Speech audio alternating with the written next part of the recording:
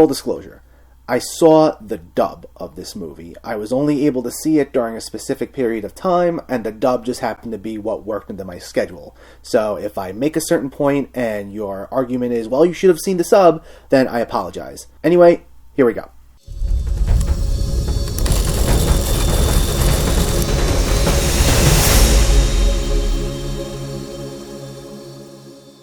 Weathering with You follows a high school freshman named Hodaka who runs away from home and lives on his own in rain-filled Tokyo. There, he soon meets a girl named Hina who has the ability to control the weather. Both are desperate for money and decide to start a business together using her powers to make the rain go away for specific events around the city. And the two develop romantic feelings for one another only for things to get complicated by the mysterious nature of her powers. This was directed by Makato Shinkai, who gave us the excellent Your Name a few years ago. It exploded in popularity, it won a ton of awards, and it went on to become the highest-grossing anime film of all time. In fact, it was one of my favorite movies in recent memory, so my expectations were pretty high, though I did try keeping them at bay. The film received a lot of comparisons to Your Name, which is an easy trap to fall into when a filmmaker follows up something that is nearly beloved. And it's extremely unfair to both the film and the filmmaker. Even when a film is still highly regarded, such as this, it still essentially gets a strike against it for not being the director's previous film, when it really should just be viewed on its own merit. So I went into this not expecting another Your Name, and it wound up being another enjoyable experience for me. So what about this made it as right as rain? Well, let's not waste any time. These are my thoughts on Weathering with You.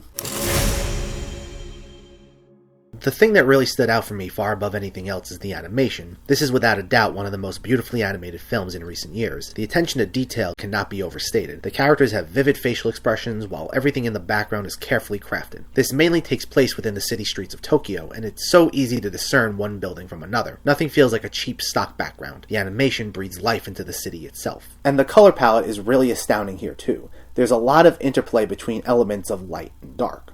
You'll see scenes where there will be this place or object of a character's attention, and as the shot hones in on that particular thing, no matter what time of day, it's just radiating, even if it's something seemingly mundane. Like, this film manages to make McDonald's look beautiful.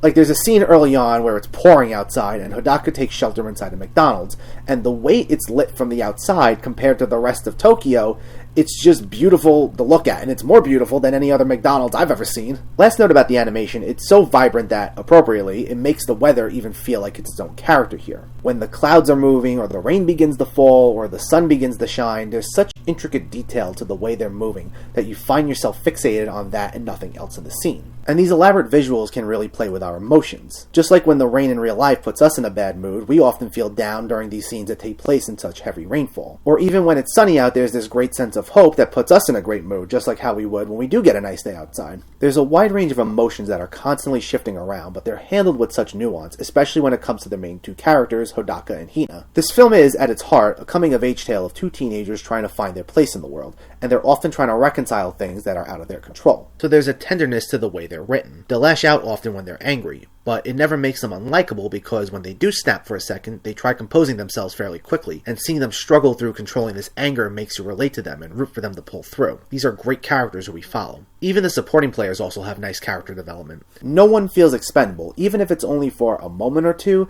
there's something about them that makes them feel fleshed out. For example, there's the owner of the publishing company that Hodaka works for, and he's trying to gain custody of his daughter. And while all that's going on, the film also explores the relationship he has with his niece, who plays a major supporting part in the film. Though the story doesn't deviate too much from the main plot to focus on these characters, so that was nice.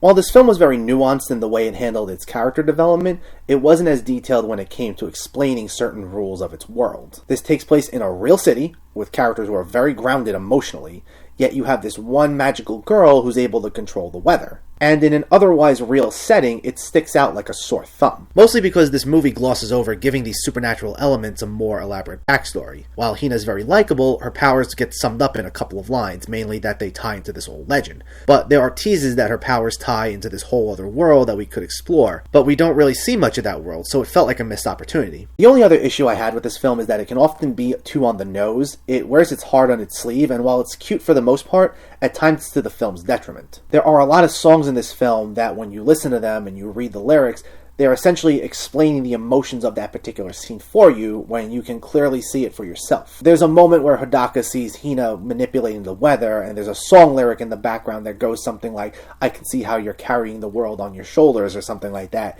and it's a little corny. And there's also this ongoing narration where Hodaka regularly updates us with how he's feeling. Like, he'll make these bold proclamations like, "Now I'm feeling great," or something like that. And we already got that sense through the action, so for this narration to just add on to that, it just feels like the movie's trying to beat a certain emotion over our heads. I feel like if they were really trying to get a certain point across, they could have just leaned in more to the facial expressions or the body language where they wanted to, especially for just how detailed the animation is here. And because of that, some scenes just don't reach the dramatic heights that they could have. The narration and the overstating of emotions kind of undermine the gravity of a certain situation, and it takes you out of the moment a little bit.